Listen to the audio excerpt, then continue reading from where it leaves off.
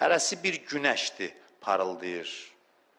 Bəni Haşim cavanları, xanımları dövrəyə alıblar, onları qoruyurlar.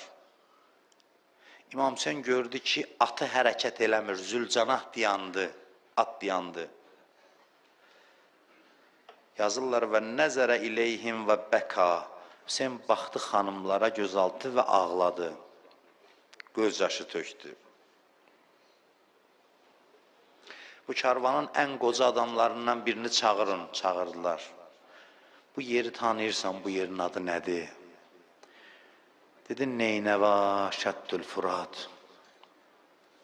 Dedi, başqa bir adı yoxdur. Dedi, ağa var, bir adı da var, Kərbəladır. Dedi, Kərbəla deyəndə biraz ucadan ağladı İmam Hüseyin.